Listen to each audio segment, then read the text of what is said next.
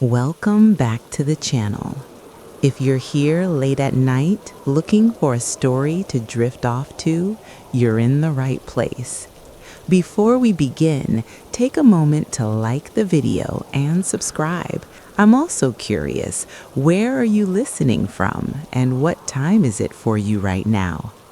Now settle in, get comfortable, let the world slow down.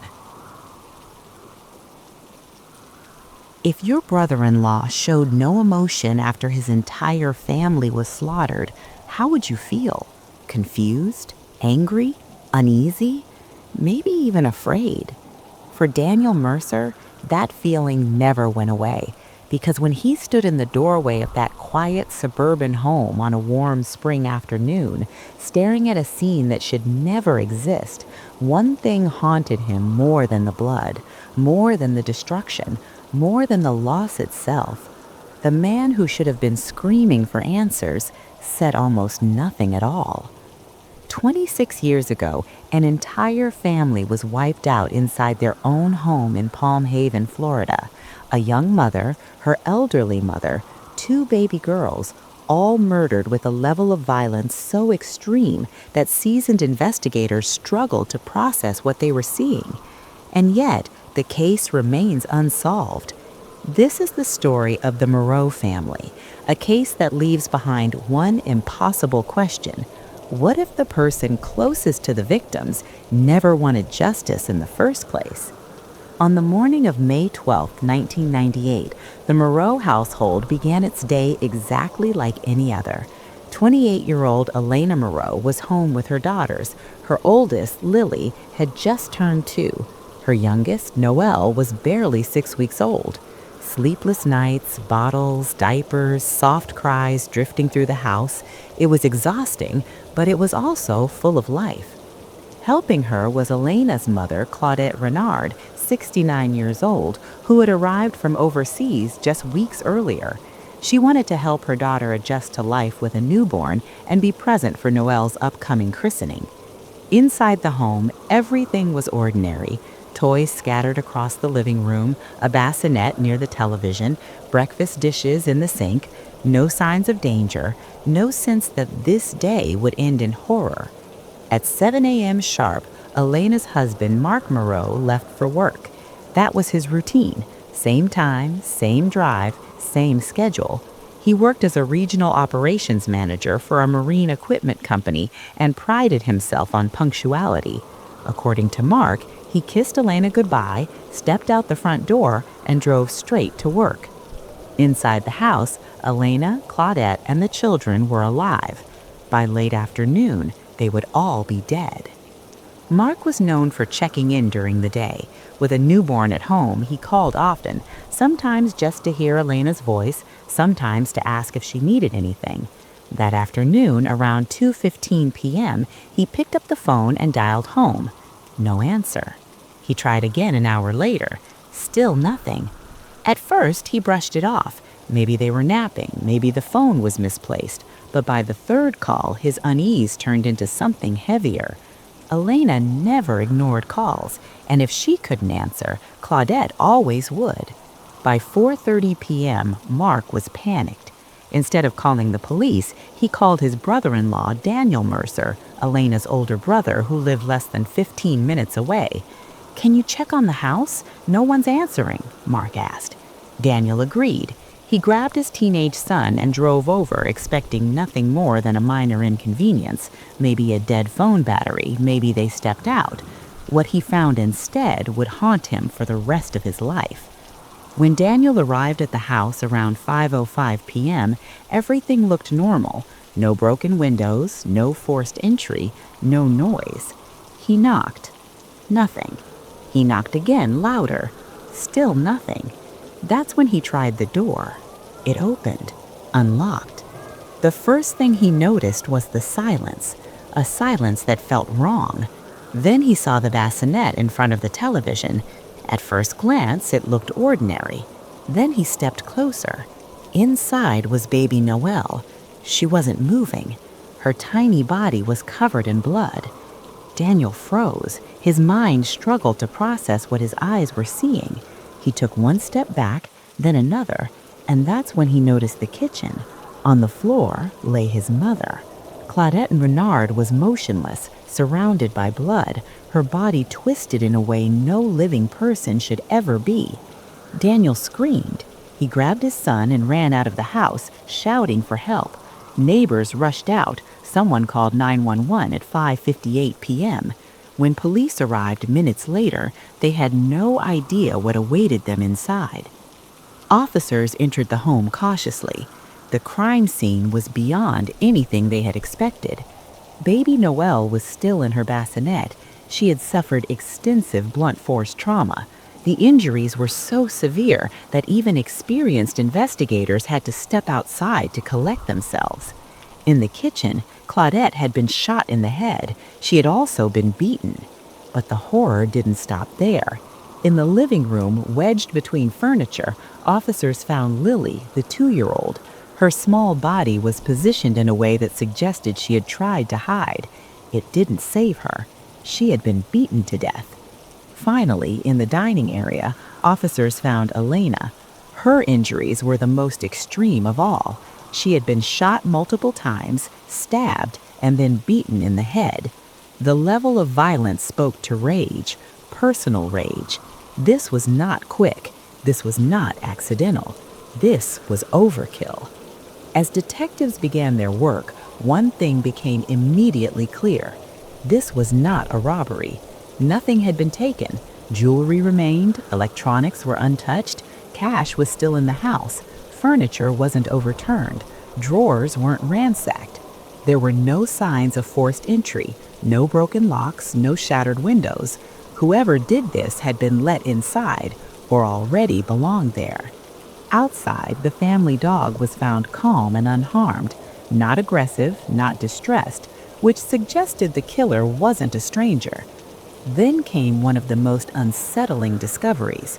Written on a wall in uneven handwriting was a message meant to confuse. "I want my money. You took what wasn't yours." At first glance, it looked like a financial dispute, maybe drugs, maybe a deal gone wrong. But detectives quickly realized it didn't make sense. There were no drugs in the home, no evidence of trafficking, no hidden cash, no connections to criminal activity. Nothing in Elena or Mark's past suggested anything remotely close. The message felt staged, a distraction. By the second day of the investigation, detectives understood one thing clearly. Whoever committed the murders inside the Moreau home didn't act out of panic. They acted with intent. The brutality wasn't random. The scene wasn't chaotic. It was controlled, deliberate, and deeply personal. That reality changed how investigators approached the case. This wasn't a crime of opportunity. This wasn't a burglary gone wrong. And it wasn't an impulsive act by a stranger wandering in off the street. This was someone who knew the family, someone who was comfortable inside that house, someone who wasn't afraid of being there. Detectives began by reconstructing the timeline minute by minute. Mark Moreau claimed he left the house at exactly 7 a.m. and arrived at work around 7:35. His coworkers confirmed seeing him that morning. He appeared normal, calm, focused, nothing out of place. But that didn't explain everything, because phone records soon revealed something unsettling. At 7:11 a.m., just 11 minutes after Mark said he left, a call was placed from the Moreau home to an out-of-state number. It belonged to Elena's uncle who lived in Virginia. He didn't answer, but his wife did. And when detectives interviewed her, she hesitated. She couldn't say for sure who was on the line. She assumed it was Elena, but admitted she didn't recognize the voice clearly. The call lasted less than a minute. No urgency, no distress, just silence and a brief greeting before disconnecting. That call became a problem. If Elena was alive at 7:11, Mark couldn't have committed the murders. There simply wouldn't have been enough time. But if Elena wasn't the one who made that call, then who did? And why? As investigators dug deeper, they found no evidence of anyone else entering or leaving the house that morning. No neighbors reported suspicious activity, no unfamiliar vehicles, no forced entry, no sign of struggle near the doors. The killer didn't break in. They were let in, or they never left. That realization shifted the investigation dramatically. Detectives next turned to the message written on the wall. "I want my money. You took what wasn't yours." At first glance, it looked like motive, but when they examined it closely, the message unraveled. There was no financial trail, no debts, no missing funds, no unusual bank activity, no connections to drugs or illegal business, nothing. It didn't fit. And worse, the handwriting didn't match anyone outside the household. When analysts compared it to Mark's known writing samples, the results were inconclusive. Not a match, but not a clear exclusion either. It was sloppy, rushed, almost as if it had been written by someone who didn't care if it held up under scrutiny, someone who just needed it to exist. Meanwhile, Mark's behavior continued to unsettle everyone around him. In the days following the murders, he showed little interest in the investigation. He didn't call detectives for updates. He didn't ask what leads they were pursuing. He didn't ask if they were close to an arrest. When questioned, he answered politely but briefly. He offered no theories, no suspicions, no emotional outbursts. To friends and family, he explained it away with faith. God will handle it. But to detectives, it felt like avoidance. Grief looks different on everyone. They knew that. But this was different. This wasn't numbness. This was disengagement. Detectives also began interviewing people close to the family. Neighbors described Mark as reserved but cordial. Church members said he was devout, deeply religious, and disciplined. But a few mentioned something else: control. Mark liked things done his way, his home, his schedule, his rules. Nothing explosive, nothing openly abusive, just firm, rigid, unyielding. Elena, on the other hand, was described as warm, gentle, and soft-spoken. She avoided conflict. She deferred. She tried to keep peace. No one reported loud arguments, but several people mentioned tension, quiet tension. Then came the revelations about the night before the murders. Mark admitted he hadn't spent the night at home. He claimed he had stayed late at work and then stopped by a friend's house to help fix an air conditioning unit. A female friend, someone Elena knew. Mark insisted it was innocent, but phone records showed multiple late-night calls between them in the weeks leading up to the murders. More than casual, more than professional. When detectives questioned the woman, her story was inconsistent. She confirmed Mark had been there, but couldn't clearly explain why the visit lasted so long or why it happened so late at night. And when asked if there had been an affair, she refused to answer. Suspicion grew quietly, steadily. Still, detectives needed evidence. They conducted forensic testing throughout the house.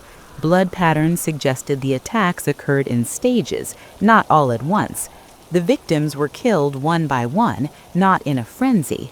That meant the killer wasn't interrupted. They had time. They weren't afraid of being caught. The lack of defensive wounds on some victims suggested familiarity, trust. No forced confrontation at the door, no immediate panic. Mark eventually agreed to a polygraph. The results indicated deception, but polygraphs are unreliable. They couldn't be used in court. They couldn't justify an arrest.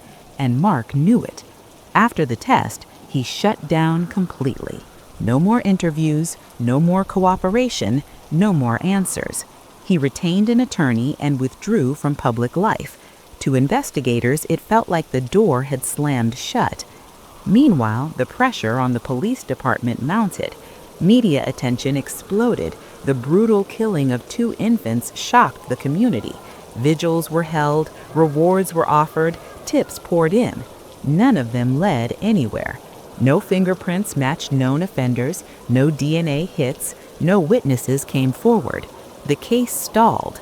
But privately, detectives continued circling one name, Mark Moreau.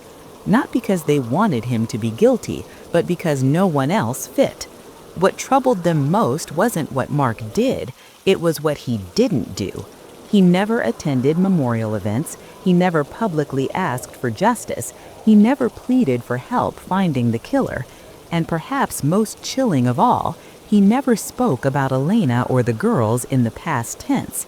It was as if acknowledging their deaths meant acknowledging something else, something he wasn't ready to face. Years passed.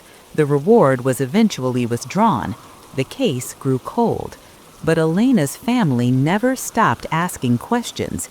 They believed the truth was still out there, waiting, silent, just like the man who survived. As months turned into years, the murders of the Moreau family slowly faded from headlines, but they never faded from memory. For detectives, the case became one of those files that never truly closed. It sat on desks, resurfaced during quiet moments, and lingered in conversations long after shifts ended. 4 lives had been erased in a single morning, including 2 infants who never had a chance to grow, speak, or understand the world they were born into. And yet no one had been held accountable. Mark Moreau remained the center of suspicion, even as time passed.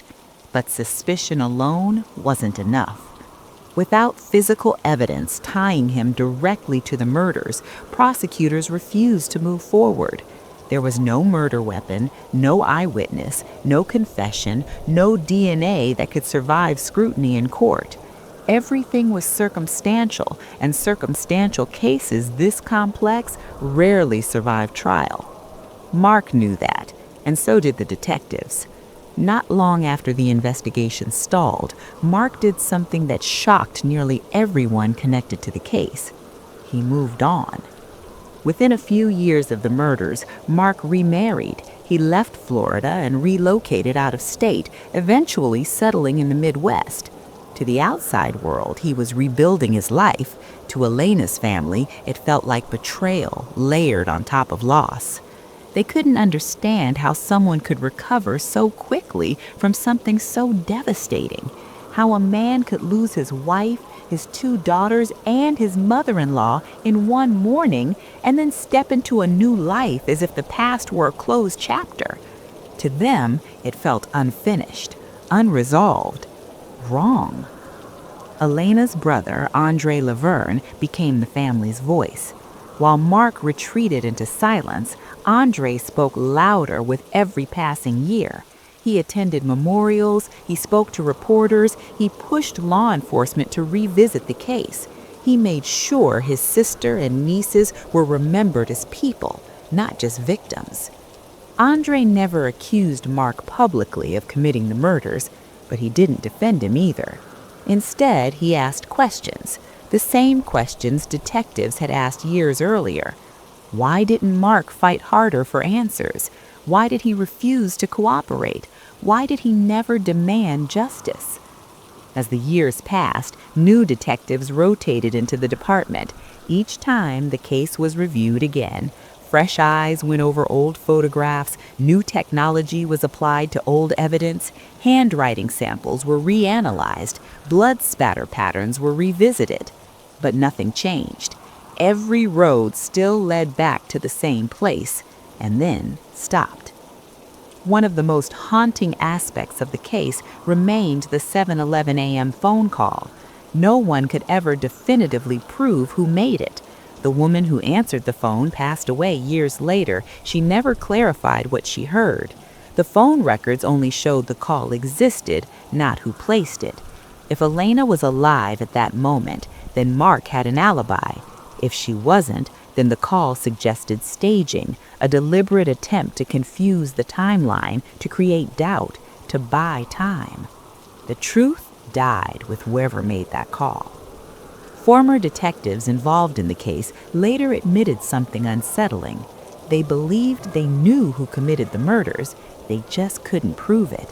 One retired investigator privately said the case haunted him more than any other in his career, not because it was unsolved, but because it felt solved without closure, a conclusion without justice. Years later, a documentary crew revisited the case. They interviewed neighbors, investigators, and family members. They reviewed evidence and re-examined timelines. Once again, Mark was asked to speak. Once again, he refused. When confronted on camera, he repeated the same words he had spoken decades earlier. "It's in God's hands." For viewers, that line landed differently now. Not comforting, not faithful, but final. Psychologists who studied the case weighed in on Mark's behavior. Some said his emotional detachment could be explained by trauma. Extreme grief can cause withdrawal, numbness, and avoidance. Others argued his calm demeanor and lack of cooperation were consistent with someone hiding something. No one could agree. And that uncertainty kept the case alive. Elena's family never stopped hoping. They believed someone out there knew something, a detail, a conversation, a confession whispered to the wrong person at the wrong time. They believed the truth would surface eventually because secrets like this rarely stay buried forever. They held on to faith, not the quiet faith Mark spoke of, but the active kind, the kind that demands answers. As the 20th anniversary passed, the case remained open, unsolved. 4 graves, no arrests, no convictions, just questions. Today, the Moreau home no longer stands as it once did. New families live in the neighborhood. Children play in the yards. Life moved forward, even if justice did not. But for those who remember, the house will always carry echoes. The laughter that once filled it, the silence that replaced it. Cases like this force us to confront uncomfortable truths, that sometimes the system fails, that sometimes knowing isn't enough, that sometimes justice depends not on certainty but on proof, and proof doesn't always exist. The murders of Elena Moreau, her mother, and her 2 daughters remain one of the most disturbing family annihilation cases in Florida history, not because of what we know, but because of what we don't. And until the truth is spoken by someone who hasn't yet found the courage to speak, the silence remains the loudest evidence of all. This is why we tell these stories, not to accuse, not to sensationalize, but to remember, because victims deserve more than silence, and unanswered questions deserve to be asked again and again until someone finally answers them. On a quiet suburban street in the foothills outside Denver, a man stood in front of television cameras, his hands folded tightly together, his voice trembling just enough to sound convincing. He asked for his family to come home. He said he missed them. He said he needed them back safe. For a nation watching, it felt like the opening chapter of a familiar tragedy: a worried husband, a missing wife, 2 young children gone without a trace. No one yet knew that the man pleading into the lens, Evan Miller, was not waiting for answers. He was waiting for time. Within days, the story would explode across America. Within weeks, it would dominate headlines, podcasts, and endless online debates. And within months, the smiling family frozen in photographs would become symbols of a betrayal so complete, so calculated, that it would permanently change how people looked at the idea of the perfect family. But before the horror, before the interrogation rooms and prison walls, there was a life that looked ordinary, even enviable. And that is where this story truly begins. Lena Miller was born on February 2nd, 1986, in coastal New Jersey. From an early age, she learned resilience the hard way. Chronic illness followed her through her teenage years, forcing hospital visits, missed school days, and long nights wondering if her body would ever cooperate. But Lena had a relentless optimism that friends often described as exhausting in the best way. She refused to be defined by limitation.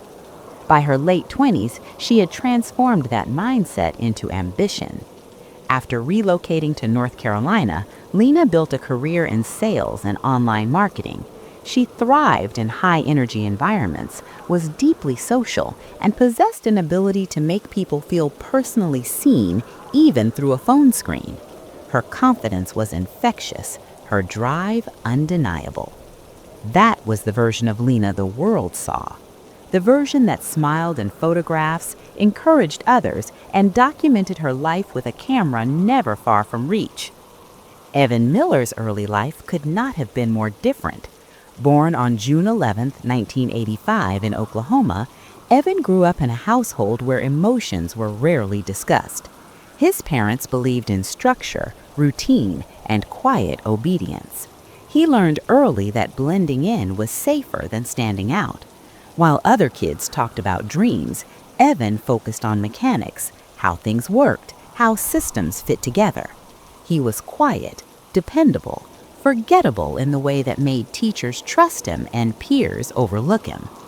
After high school, Evan trained as a mechanical technician before eventually moving into the energy sector. The work suited him. It was technical, repetitive, and predictable. He didn't need to explain himself. Machines didn't ask questions. People rarely noticed Evan, and that was exactly how he liked it. Their paths crossed in 2011, not through friends or work, but online. A simple message turned into daily conversations. For Lena, Evan represented stability. He listened more than he spoke. He didn't challenge her independence. He appeared deeply devoted. For Evan, Lena filled every empty space. She spoke for both of them, planned for both of them, carried the emotional weight of the relationship while allowing him to exist quietly beside her. Within months, they were inseparable. They married in the fall of 2013. Friends described the wedding as joyful, fast, and certain. There was no doubt, no hesitation. Lena believed she had found her safe place. Evan believed he had found a structure he could live inside. Soon after, they moved west, settling in Briar Creek, a newly developed suburb north of Denver. Their 5-bedroom home stood tall among identical houses, each with manicured lawns and 2-car garages. It was the kind of neighborhood where nothing ever seemed to go wrong. Their first daughter, Mia, was born in 2014. 15 months later came Sophie. Lena embraced motherhood with the same intensity she applied to everything else. She documented every milestone, every laugh, every holiday. Social media became both her scrapbook and her business tool. She praised Evan publicly, calling him a devoted father and supportive husband, and Evan played the role perfectly. He attended events, posed for photos, fixed things around the house. He didn't object to being displayed. He simply stood where he was told. To the outside world, the Millers were thriving. By 2018, Lena was pregnant again. A boy. They planned to name him Caleb. Her online posts radiated excitement, hope, and gratitude. Business trips took her across the country, and her following grew steadily. She spoke openly about health, motivation, and family balance. People trusted her, admired her. What they didn't see were the cracks forming beneath the surface. That summer, Lena spent several weeks visiting Evan's parents with the girls. What was meant to be a bonding trip slowly turned tense. Evan grew distant. Physical affection disappeared. Conversations felt forced. When Lena tried to address it, he withdrew further. She confided in friends through long text messages late at night. She wrote about feeling rejected, about confusion, about fear. She said Evan had changed, that something felt wrong, but she couldn't name it. Meanwhile, Evan was changing in quieter ways. He began working out obsessively, tracking calories, buying clothes he'd never worn before. He guarded his phone like it contained something fragile. And when Lena announced her pregnancy publicly, his reaction was strangely restrained. Not angry, not happy, just blank. On August 12th, Lena returned from a work trip. Her flight landed late. A colleague drove her home just before 2 a.m. Security footage later confirmed her entering the house alone, tired, pregnant, expecting sleep. It was the last time anyone would see her alive. The following morning passed in silence. No texts, no calls, no social media updates. By mid-morning, Lena's closest friend, Rachel Dodson, grew uneasy. Lena had a prenatal appointment scheduled. She never missed appointments, ever. When Rachel drove to the Miller home, she noticed Lena's car still in the garage, shoes neatly placed by the door, no sign of the girls. Evan, when contacted, sounded unconcerned. He said she probably took them somewhere. But Rachel knew better. Lena didn't go anywhere without her phone, and it wasn't answering. Police arrived early that afternoon. What they found was unsettling in its normality. No signs of struggle, no forced entry, beds made, toys in place. Lena's wedding ring sat on the nightstand. Her phone was later found powered off, wedged between couch cushions. Evan arrived home shortly after officers did. He was calm, cooperative, too composed. And as cameras recorded his movements, something felt wrong. The story he told didn't quite fit the silence left behind. And while the neighborhood gathered hoping for good news, a single security camera down the street quietly held footage that would soon unravel everything. This was no longer a missing persons case. It was the beginning of a reckoning. By nightfall, Briar Creek no longer felt like the quiet, polished suburb it had been just hours earlier. Patrol cars lined the street outside the Miller home, their lights washing the identical houses in pulses of red and blue. Neighbors stood in clusters, whispering theories they didn't yet want to believe. A pregnant mother and 2 young children don't simply disappear, not without a reason. Inside the house, Evan Miller sat at the kitchen table answering questions with rehearsed calm. His posture never slouched, his voice stayed even. He spoke as if describing a delayed flight or a missed appointment, not the absence of his entire family. He told officers that Lena had been emotional lately, that she might have taken the girls to cool off, that marriages went through rough patches. None of it sounded overtly suspicious on its own, but taken together it felt hollow. Detectives noticed the way Evan avoided details. He couldn't explain why Lena would leave without her car, or her phone, or her medication. He didn't seem worried that his daughters hadn't been seen all day. He didn't ask what he should do next. He simply waited. By the next morning, the story had spread beyond Briar Creek. News vans arrived, reporters set up tripods on the sidewalk, and Evan, encouraged by investigators who believed public pressure could help, agreed to speak. Standing in front of his house, Evan faced the cameras. "I just want my family back," he said. "If anyone knows anything, please bring them home." The words sounded right, the delivery did not. His arms folded tightly across his chest, his eyes rarely blinked.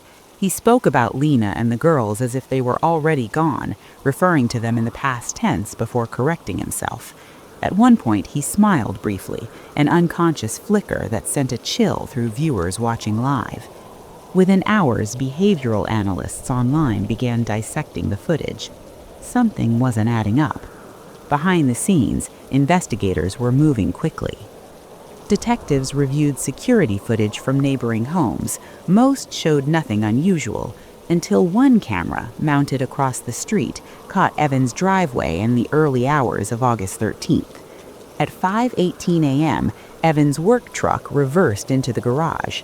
This alone was unusual. Neighbors later confirmed he never parked that way.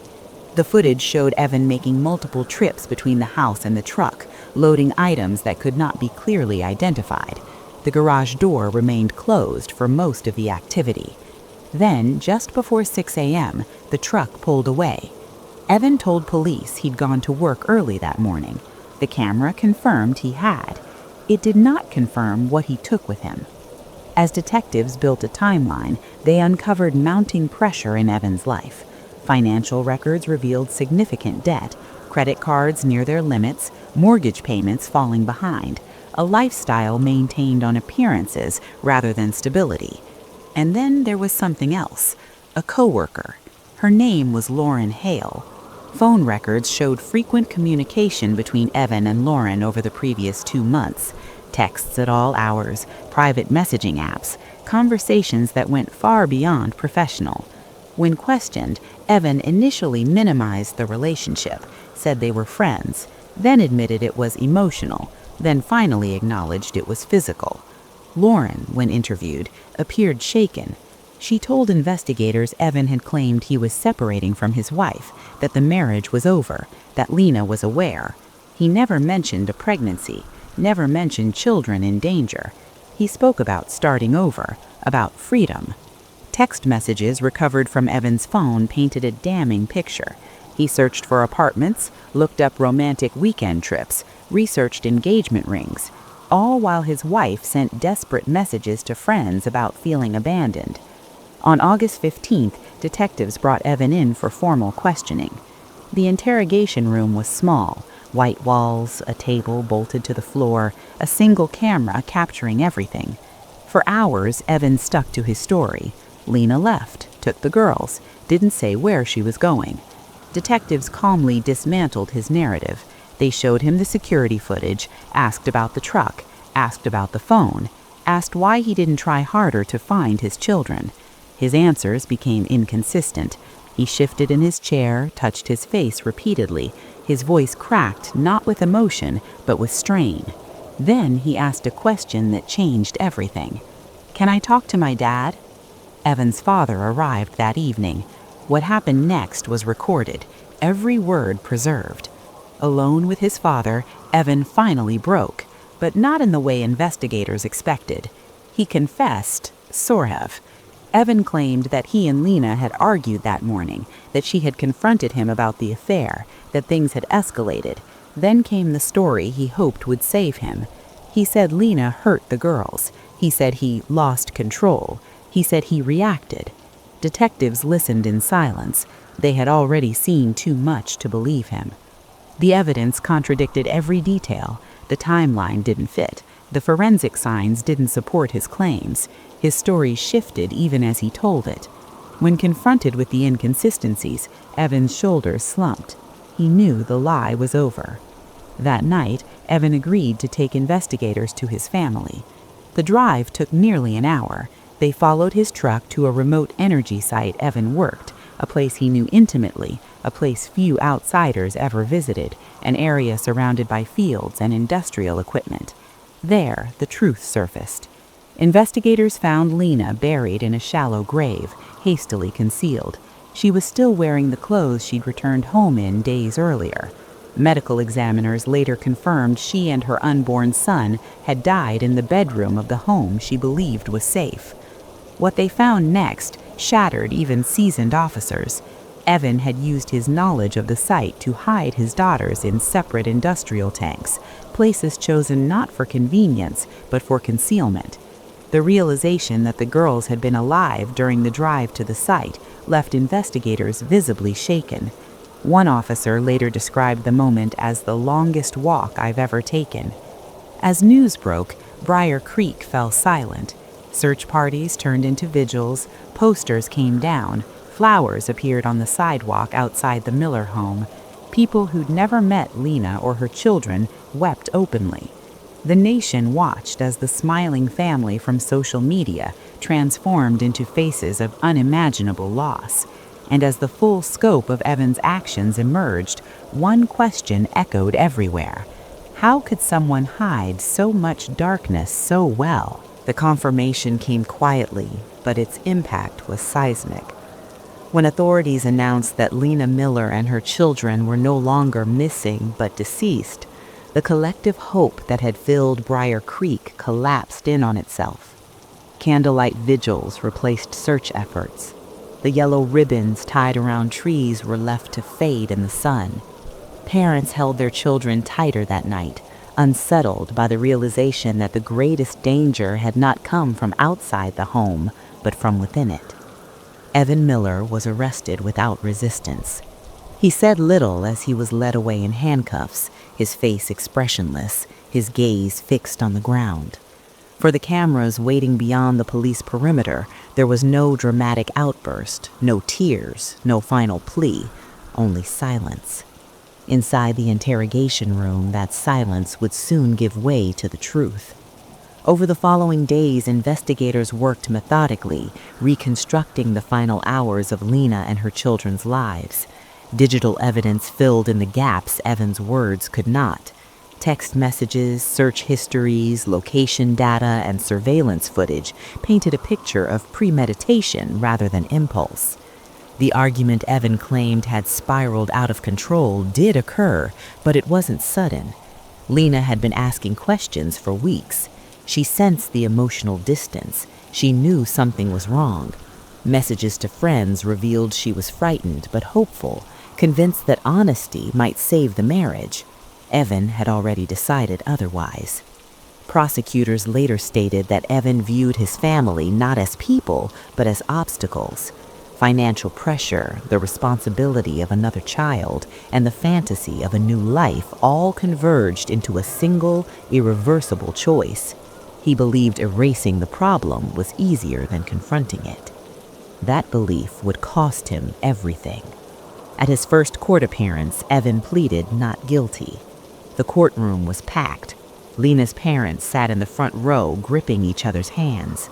Friends who had once shared holidays and birthdays with the family now stared at the man they barely recognized. Evan avoided eye contact. His defense attorneys initially floated alternative narratives, hinting at emotional distress and marital conflict, but the evidence was overwhelming. The timeline was precise, the physical evidence unambiguous, the digital trail unforgiving. Within weeks, the defense shifted strategy. A plea deal was quietly negotiated. On November 8th, Evan Miller stood before a judge and pleaded guilty to multiple counts, including first-degree murder, unlawful termination of a pregnancy, and tampering with evidence. In exchange, prosecutors agreed not to seek the death penalty.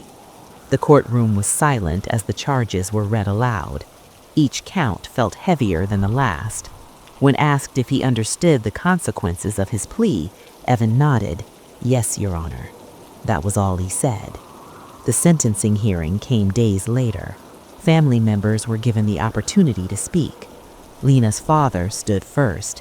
His voice shook, but his words were steady. "My daughter trusted you," he said, looking directly at Evan. "She loved you, she believed in you, and you destroyed everything she stood for." Lena's mother followed. She did not look at Evan at all. "I will never see my grandchildren grow up. I will never hear their laughter again, and I will carry that pain for the rest of my life." The courtroom wept. Evan did not. When given the chance to speak, he declined. The judge did not mince words. He described the crimes as calculated, cruel, and devoid of humanity. He sentenced Evan to 3 consecutive life sentences without the possibility of parole, plus additional decades for the remaining charges. Evan would never walk free again. But the story did not end there. Months later, Evan agreed to a follow-up interview with investigators. This time, he abandoned the version of events he had clung to early on. He admitted that his initial confession had been a lie, designed to shift blame and soften consequences. He described planning the murders in advance. The revelation devastated the families all over again. Hearing that Lena's fears in the final weeks of her life had been justified was a pain no sentence could erase. As the case faded from the headlines, its impact lingered. The Miller home sat empty, curtains drawn, a quiet monument to what had happened inside its walls. Neighbors reported cars slowing as they passed, drivers craning their necks as if answers might still be visible through the windows. Eventually, the house was sold. No one stayed long. Public fascination with the case never fully faded. Documentaries analyzed Evan's behavior. Experts dissected his interviews frame by frame. Podcasts debated warning signs, personality traits, and the illusion of perfection. One theme emerged again and again. Nothing is ever as simple as it looks. Lena's social media posts, once viewed as proof of happiness, were re-examined through a darker lens. People began asking how many others were hiding pain behind curated smiles. How many families appeared whole while quietly fracturing. Advocacy groups pointed to the case as a wake-up call. Domestic violence, they emphasized, does not always leave visible marks. Sometimes it manifests as control, emotional withdrawal, or calculated silence. Sometimes the danger is not loud. Sometimes it waits. Lauren Hale, Evan's former co-worker, vanished from public view after the trial. Though investigators found no evidence of her involvement, the scrutiny was relentless. She changed her name, moved away, attempted to rebuild a life forever linked to a crime she did not commit but would never escape. Evan's parents retreated into privacy, grappling with grief few can imagine. Loving a child who commits the unthinkable leaves no roadmap. In interviews, Lena's family chose a different path. They spoke publicly about the warning signs Lena had noticed, about the importance of listening when someone says they feel unsafe, even if the danger isn't obvious. They established a foundation in her name, dedicated to supporting victims of domestic abuse and educating communities. They refused to let her story be reduced to how it ended. Years later, Evan Miller remains incarcerated in a maximum security facility. According to prison officials, he keeps photographs of his family in his cell. He attends religious services. He claims remorse. But remorse cannot undo what was done. For the families left behind, justice was not closure. It was only an ending. Every August, a small gathering forms in Briar Creek. There are no cameras now, no reporters, just neighbors, friends, and strangers who never forgot. They place flowers. They read the names. They stand quietly together. Lena, Mia, Sophie, Caleb. 4 lives stolen, 1 choice. And a reminder that sometimes the most dangerous lies are the ones that look like love.